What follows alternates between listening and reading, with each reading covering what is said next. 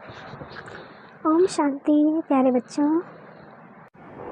Om Shanti teacher जी।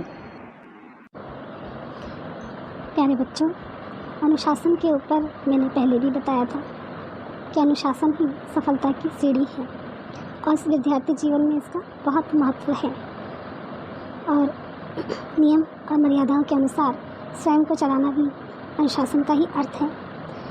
फिर हमने आप सभी से होमवर्क भी दिया था आप सभी को कि अनुशासन का प्रयोग हम कैसे कर सकते हैं, कहाँ पे करते हैं। तो आप सभी को अनुशासन का प्रयोग बताते हैं कि हम व्यवहार में भी अनुशासन रख सकते हैं। जैसे घर में भी और बाहर भी जब बड़े बुजुर्ग बच्चों को कहते हैं कि ऐसे करो, ऐसे नहीं करो, ये खाओ, ये नहीं खाओ, यहाँ नहीं जाओ, तो बच्चों को बंधन लगता है ना। लेकिन बच्चों, ये ज़रूरी है। देखो, एक नदी भी जब किनारों से बंद कर चलती है तो जल देकर सबको सुख पहुंचाती है। लेकिन जब यही नदी किनारों को तोड़ देती है तो बाढ़ लाकर सर्वनाश कर देती है। बड़ा आसान होता है स्कूल से आते ही बस्ता एक तरफ पटक कर खेलने चले जाना और खेल में ही लगे रहना। लेकिन अनुशासन क्या कहता है? पहले वह कार्य कंप्लीट करना, समय बचे तो खेलना। समय पर गृह कार्य करने वाले बच्चे ही पढ़ाई में आगे बढ़ते हैं। फिर है वाणी में अनुशासन। जीभ को अनुशासन में रखना। केवल जीभ के स्वाद में चीज़ें खाते तो बीमार पड़ जाते। हमें ऐसी चीज़ें खानी हैं जो पौष्टिक हो और शरीर को स्वस्थ बनाए। एक दूसरा उदाहरण, आप कक्षा में शोर कर रहे हो, टीचर आ जाते तो कैसे एकदम शांत पढ़ाकू बन जाते हैं। क्या हो गया? व्यवहार बदल गया। अगर सदा ही हम ऐसे रहें तो। फिर तीसरा है दिनचर्या में अनुशासन। विद्यार्थी जीवन में दिनचर्या को अनुशासित रखना बहुत ही महत्वपूर्ण है। अगर हम अनुशासन में चलते हैं तो हमारे लिए सब कुछ सहज हो जाता है। इसके लिए ज़रूरी है कि हम बड़ों द्वारा बताई गई बातें ध्यान से सुनें और उन पर चलें। विद्यार्थी जीवन में सुबह जल्दी उठना, समय पर स्कूल पहुंचना, समय पर होमवर्क करना, समय पर खेलना, समय पर सोना, ये अनुशासन है। ऐसे नहीं आज छुट्टी है तो देर तक सोते रहें। ये धरती, सूर्य, चांद, सितारे सब अनुशासन में चलते। इनको किसी को कहना नहीं पड़ता कि कितने समझदार हैं। तो क्या हम नहीं बन सकते? ज़रूर बन सकते हैं। अच्छा नहीं बताओ, अनुशासन के प्रयोग में पहले क्या बताया और क्या करना है? जी टीचर जी, हमें व्यवहार में भी अनुशासन में आना है।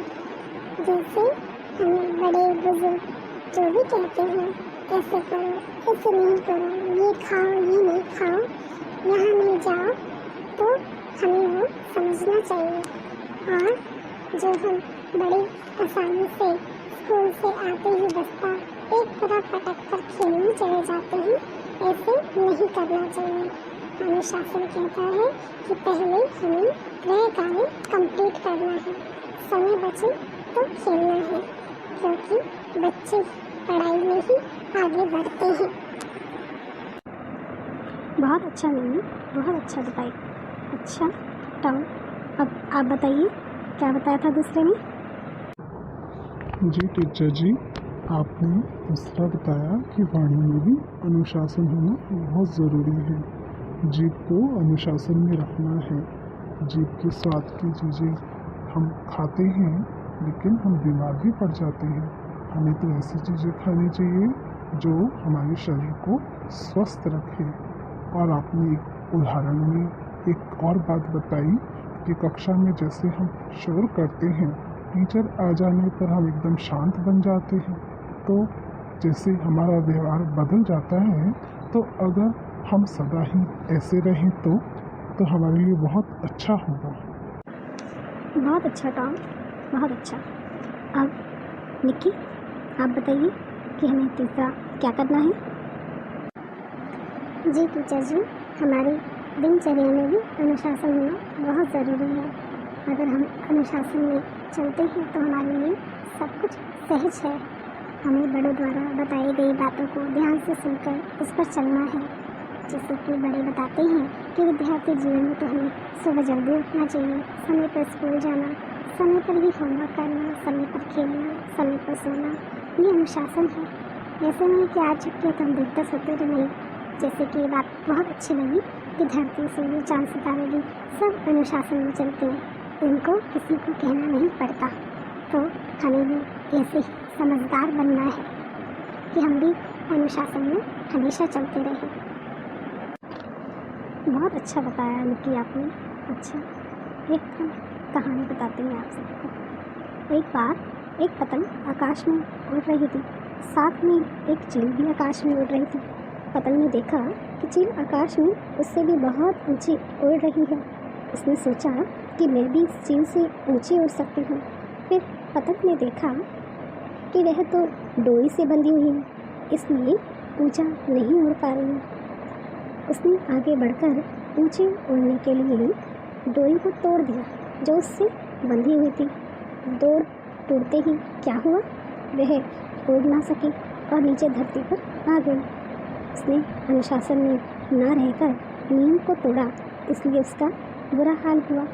ऐसे ही यदि हम भी नियमों को तोड़ेंगे तो एकदम नीचे चले जाएंगे, ऊपर नहीं उड़ पाएंगे ना बच्चों। इस कहानी के द्वारा प्रश्न का उत्तर ज़रूर लिखिएगा। जैसे पहला, चील को देखकर पतंग ने क्या सोचा। दूसरा, पतंग किससे बंधी थी। तीसरा, आकाश में ऊंचा जाने के लिए पतंग ने क्या किया। चौथा, नियम का पालन न करने से पतंग का क्या हाल हुआ। और पांचवा, इस कहानी का संदेश क्या था। फिर आगे हम इस विषय में ज़रूर चर्चा करेंगे। आप सभी भी नोट करिएगा कि अनुशासन की आवश्यकता क्यों है, इस अनुशासन जैसे गुण को धारण करने से क्या लाभ है और हानि क्या है इससे अगर इस गुण को धारण नहीं करते, तो ज़रूर बताइएगा। अच्छा, ओम शांति। ओम शांति। ओम शांति। आज का क्लास तो हमें बहुत अच्छा लगा, लेकिन अब आप सभी भी हमें बताइएगा कि अनुशासन की आवश्यकता क्यों है और इस गुण को धारण करने से लाभ क्या है, इस गुण को धारण ना करने से हानि क्या है। आप सभी प्यारे दोस्तों, भाइयों, ज़रूर बताइएगा। अच्छा, Om Shanti. Like, comment, share ज़रूर करिए।